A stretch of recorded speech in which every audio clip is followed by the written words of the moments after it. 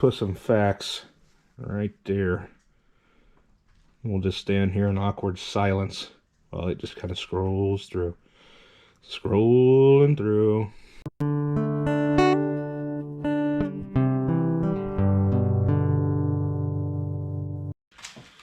Hi, welcome back to the channel. Welcome to the channel if you're new. My name's Will, and you're watching Arnett's Heyday. So today, we're going to be reviewing the Vulcan Omnipro 220. Now this is Harbor Freight's big boy. This is, you walk into Harbor Freight, you say, I want the Chief, they'll give you the Chief. This is the Chief. It's a multi-process welder. You know, it's 220 amp. It says right there. It's the Omnipro, not Omni-Man. It's a unit, boys. That's all I'm going to say. She's a unit. Now, I know I did a review on the titanium Easy Flux 125, and I said it was a unit. It is, for being what it is. This guy here punches 6 levels above its weight. Like, I've done some mean things to this welder. I've yet to put it in the Protect, though. We'll get there. Maybe. Hopefully not. Alright, so this can be had if you're an Inside Track member for $999.99. So it's a sub $1,000 welder.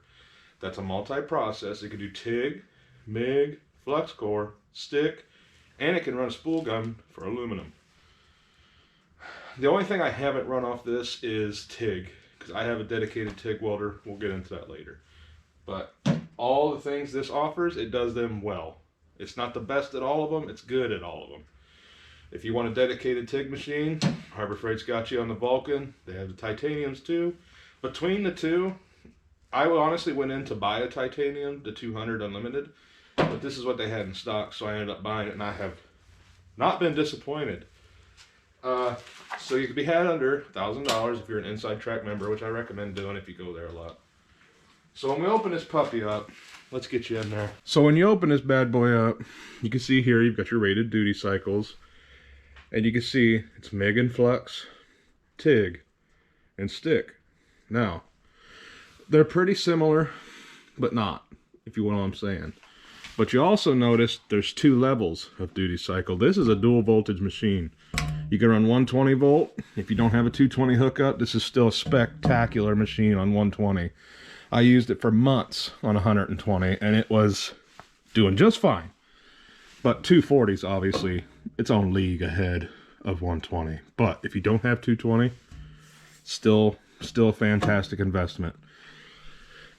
Let you guys simmer on those a little bit. I'll put over there, I'll have a little scroll going of the specifications of this welder on Harbor Freight's website. I'm unbiased completely. Just because I own the machine and I spent the money on it doesn't mean I'm going to do it like, oh, it's fantastic. No. Genuine review. This thing is awesome. Like, seriously. For under $1,000, I can't say enough good things about it. Of course, there's cons, but I haven't found them. I mean, honestly, it's done everything I've asked it to do. Again, just like the titanium over there, extremely user-friendly. It will walk you through the entire process from out of the box to welding. You can't screw it up. I won't say you can't. But honestly, you know, it's very hobbyist friendly. And you can run small production off this little guy if you really wanted, like if you're not running crazy production, I mean. But it does, anyway, it takes 2-pound spool. There's an adapter in there to put the bigger spools on them. So if it comes with a 2-pound, that's just what they do. They all do that. But it can run up to a 12-pound. This is the 11-pound from Harbor Freight. It's the Vulcan. It's not my favorite wire. This is not the most fantastic wire, but we'll do a different video on that. It does what it needs to do. It does it well, but I like other stuff. But I digress. Going on to the roller assembly here, the main difference between this and the cheaper welders, you'll see this is all cast. There's no real plastic in here besides the knobs, which you'll have that. But it all feels good. Everything's juicy in here. I was going to say moist. Not many people like that word. It doesn't make sense. So, in here, if you'll, I'll give you the light. You can see you can hook up your TIG foot pedal. It does not come with a TIG torch, and it does not come with a TIG foot pedal or a spool gun. All it comes with, out the box, you have a 180 amp lead. The feeder on the end, I can't call it what I want to call it because YouTube don't like that. But it's well made. Fits extremely good in the hand. It's very ergonomic. It doesn't get real tired while you're welding. It's natural. Fits natural. Trigger's cheap. This is where you get the price of the welder for where you get it. This is made of a nice, I'm not saying it's cheap, but this is a nice thicker rubber. I've yet to put some decent gouges in it, but it's a little stiff, but that's okay if you're willing to work around that. It's 10 foot long. The same goes for your ground cable.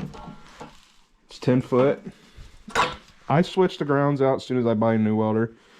It originally came with like I call them alligator clips. I'll put a picture in there of that. But these right here, if you want it to stay on your workpiece, very, very strong clamping force. And the whole thing's conductive, not just where you're putting it.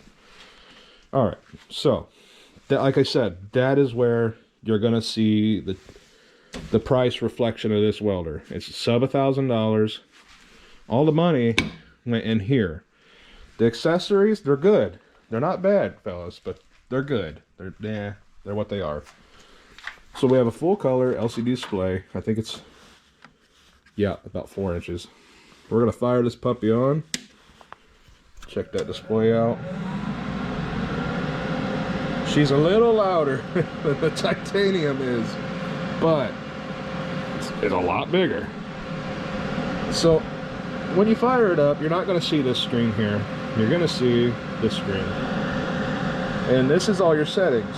So when you start them, you got your MIG, your standard C25 mix, the C100. You're still running MIG here. Flux core, which I think the wire it comes with is flux. It may not. You got your stainless. You got your spool gun, 433, 40, 43 aluminum wire, and 53, 56 aluminum. Then you've got your stick setting, and it does come with a stinger. So you have your stick settings. TIG, it doesn't come with TIG. Then you have your internal settings, units, English or metric. I like freedom. Brightness, all the ways on 10. Info, that's nerd stuff. And then you can factory reset it. So say you've screwed it up, or maybe you're going to sell it, send her back, put her back to the original settings. No one knows your secrets. Okay. So we're going to back up. I'll be running C25, 75-25 mix. Go ahead and confirm that. Make sure you have your setup correctly. Everything's set right. Confirm it. What wire does this machine accept? 025, 030, and 035.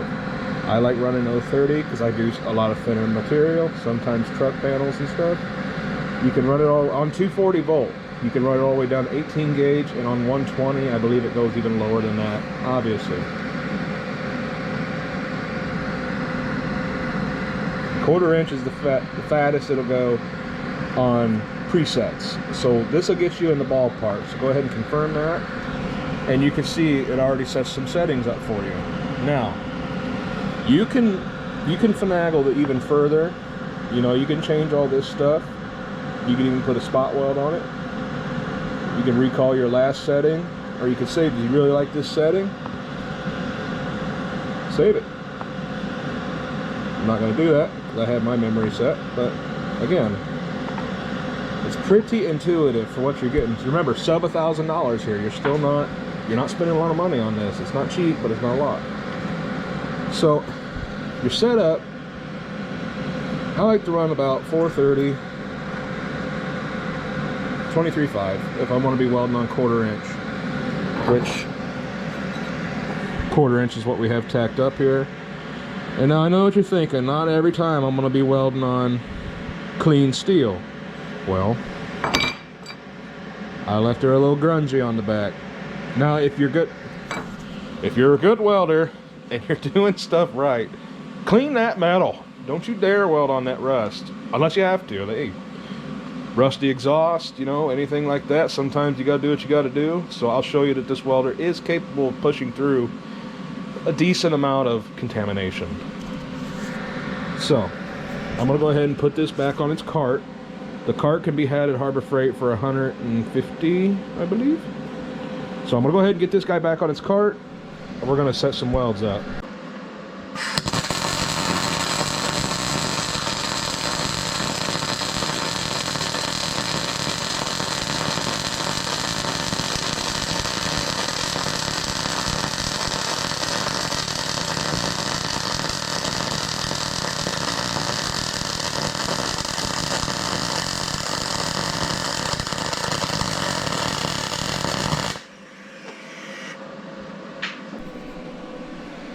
Now, to me, that's just a fine weld. Could have been a little warmer. It is -20 out, so the material is awfully cold. I didn't preheat. You can tell towards the end it started sinking down. But again, for what you're paying, what you're doing, fantastic welder. That put off a nice speed. So I'm going to flip it around. Now it's warmed up, and we're going to do the dirty side.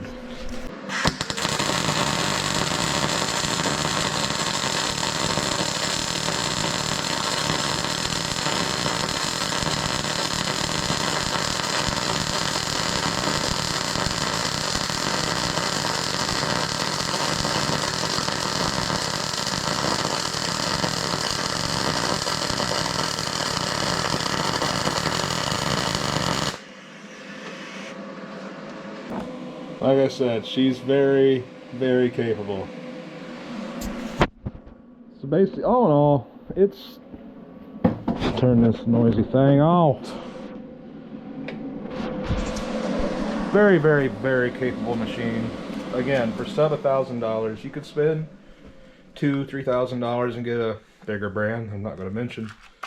Or, if you don't need that, you don't need that name brand, and you don't really care that the warranty is only a year, yeah, the warranty could be better. But for what you're getting, what it's capable of doing, highly recommend this machine.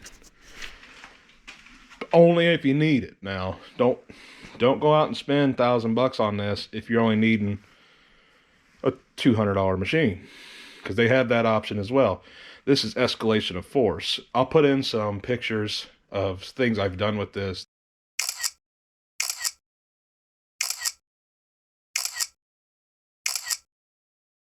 The level of use I've put it through, and I don't know, it won't die. I mean, I've tried, not that I was being mean to it, but when it was still under warranty, I was pushing her. I mean, I was running this machine. It ain't let me down yet. It's done everything I've asked it to do, then a little more. Now, the aluminum side of this machine, I do have a spool gun. And I'm going to go ahead and do a video on it later. This video's already gone on a little too long. I'll lose a lot of you about a minute in. So, just to keep it short and sweet enough, we'll do the aluminum test in a future video.